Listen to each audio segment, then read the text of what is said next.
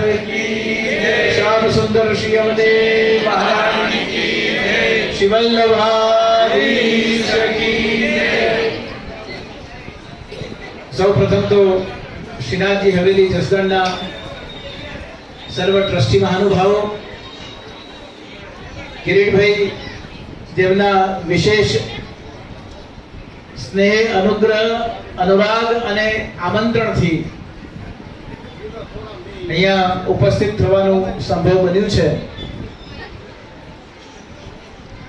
આજના મહોત્સવના સર્વ મનોરથી પરિવાર, સર્વ ટ્રસ્ટી પરિવાર, કીર્તનકાર વૃંદ, જેતપુરથી આવ્યા છે, જસદણ અને આસપાસના ગામથી પધારેલા બધા વૈષ્ણવો, આ તડાકા ભડાકા થયા તે પહેલા જે હતા તે પછી નીકળી ગયા તે બધા,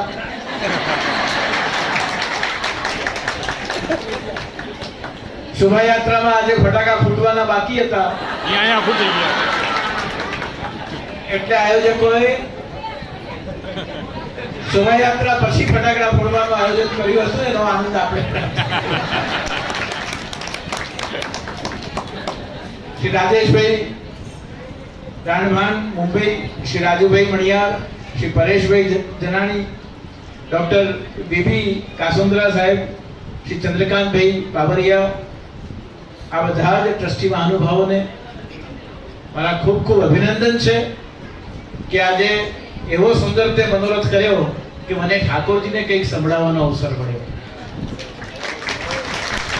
લગભગ અનવસર થઈ જાય, ટેરો આવી જાય પછી બોલવાનું સૌભાગ્ય મળતું હોય, પણ આજે ઠાકોરજીએ કંઈક એવી લીલા કરી કે મારાથી દૂર શા માટે બોલો છો, આવો. જેમ ગોવર્ધન પ્રભુએ ધારણ કર્યો ત્યારે ભગવાને કાન કુંવર કે કર પલ્લવ પર માનો ગોવર્ધન નૃત્ય કરે, જો જો તાન ઉઠત મુરલી કી ત્યો ત્યો નાદન અધર ધરે. બે શ્રેષ્ઠથી વેણુનાદ કર્યો, એક શ્રેષ્ઠથી ગોવર્ધન ધારણ કર્યું અને એક શ્રેષ્ઠથી શંખ ધારણ કર્યું.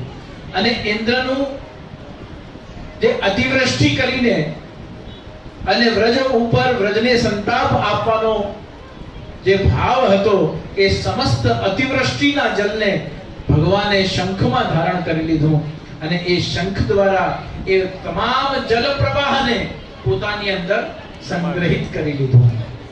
બે ભુજાથી વેણુનાદ થયો. આપણા અષ્ટસખાના કીર્તનો ગાય છે કે કાન કુંવર કે કર પલ્લવ પર, એટલે કે કર એટલે કે હાથ અને પલ્લવ એટલે હથેળી ઉપર માનો ગોવર્ધન નૃત્ય કરે. અને જેમ જેમ વેણુના સ્વર વાગવા લાગ્યા તેમ તેમ વેણુના સ્વરથી પ્રભુએ ગોવર્ધન પર્વતને એ સ્વરમાં એટલું સામર્થ્ય કે પ્રભુના આંગળી ઉપર વજન જ ન આવે અને એ સ્વર જ ગોવર્ધન પર્વતને ઉપાડી રહ્યા છે. જ્યો જ્યો તાન ઉઠત મુરલી કી ત્યો ત્યો લાલન અધર ધરે, કાન કુંવર કે કર પલ્લવ પર. હવે આપણને થાય કે આ ઠાકોરજી એક બાજુ વેણુનાદ કરે છે, એક બાજુ ગોવર્ધન પર્વત ધારણ કરે છે, બબ્બે હાથે વાંસળી ઉચકે અને આંગળીએ પર્વત અધ્ધર. ઠાકોરજીની કેવી અદ્ભુત લીલા છે કે વાંસના એક નાના સરખા ટુકડાને ઉચકવા માટે બે હાથની જરૂરત પડે અને ગોવર્ધન 7 કોસના ગિરિરાજ પર્વતને ઉપાડવો હોય તો ટચલી આંગળીએ પ્રભુ ઉપાડી દે. બબ્બે હાથે વાંસળી ઉચકે અને આંગળીએ પર્વત અધ્ધર. કોણ હતું વધુ શક્તિશાળી, ગોવર્ધનધર કે બંસીધર? એટલે આપણે કેવી રીતે નિર્ણય કરવો કે જેણે ગોવર્ધન ધારણ કર્યો એ અદ્ભુત સ્વરૂપ છે કે જેણે વેણુજી વાદન કર્યું તે અદ્ભુત સ્વરૂપ છે? આ બધા જ ભાવ આપણને ક્યારે સમજાય છે? જ્યારે આપણે આપણા પોતાના સ્વરૂપને સમજીએ છીએ. રાતોરાત આપણે બ્રહ્મ સંબંધ લઈને વૈષ્ણવ બની જઈએ છીએ. જ્યારે આપણને દીક્ષા થઈ તે દિવસથી આપણે વૈષ્ણવ તો થઈ જઈએ છીએ, પણ વૈષ્ણવતાના સ્વરૂપને આપણને જાણતા જાણતા જીવનના 5, 15, 20 વર્ષ વીતી જાય છે.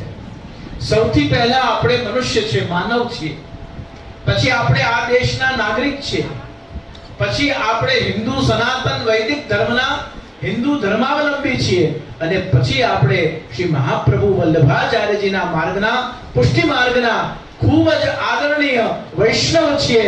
આ રીતે જો આપણે આપણી વૈષ્ણવતાને સમજીશું તો આપણે ક્યારે પણ હિન્દુ ધર્મની વાસ્તવિકતાઓ, આપણા આ દેશ માટેના કર્તવ્ય અને માનવ મૂલ્યોને ભૂલ્યા વગર આપણે આપણી વૈષ્ણવતાને જીવી શકીશું. પુષ્ટિ માર્ગમાં રાગ ભોગ અને શૃંગારના દ્વારા પ્રભુએ અલગ અલગ રીતે આપણને સેવા કરવાનું સૌભાગ્ય આપ્યું છે. બ્રહ્મથી સંબંધ શ્રી મહાપ્રભુજીએ કરાવ્યો, સેવા માર્ગ મહાપ્રભુજીએ બતાવ્યો, પણ એ સેવા માર્ગને રોજ આપણા દૈનિક જીવનમાં કેવી રીતે જીવવું એ આપણને પ્રભુચરણ શ્રી વિઠ્ઠલનાથજી ગુસાઈજીએ બતાવ્યું. ઉદાહરણના રૂપમાં જેટલી પણ સવારથી સાંજ સેન સુધીની સેવા છે, જેના દર્શન આપણે મંદિરમાં કરીએ છીએ. હવેલીનો મતલબ શું છે? હવેલી એટલે નંદરાયજીનું ઘર છે, જ્યાં બાળ કૃષ્ણ બિરાજે છે, જ્યાં બાલ ભાવથી શ્રી કૃષ્ણની સેવા થાય છે. એનું નામ છે હવેલી. જ્યાં જવાથી હર્ષ થાય, જ્યાં જવાથી વિવેકની પ્રાપ્તિ થાય અને જ્યાં જવાથી વૈષ્ણવને ઠાકોરજી પ્રત્યે લાગણી થાય, એનું નામ હવેલી છે. અને એ હવેલીમાં જ્યારે આપણે ઠાકોરજી સન્મુખ સત્સંગ કરી રહ્યા છે, ત્યારે પ્રભુ હિંડોળે ઝૂલી રહ્યા છે, તો ગુસાઈજીના માર્ગમાં, મહાપ્રભુજીના માર્ગમાં, પુષ્ટિ માર્ગની સેવા પદ્ધતિમાં કોઈ પણ વેણુજી ધરાવ્યા તો પણ એનું કારણ છે, વડા કર્યા તો પણ કારણ છે, રાજભોગમાં વેણુ એટલું ધરાવ્યા તો પણ કારણ છે, પાછા વડા કર્યા તો પણ કારણ છે. દરેક વસ્તુ પાછળનું કોઈ ને કોઈ કારણ છે. કારણ વગર કોઈ પણ ભગવત સેવા થતી નથી.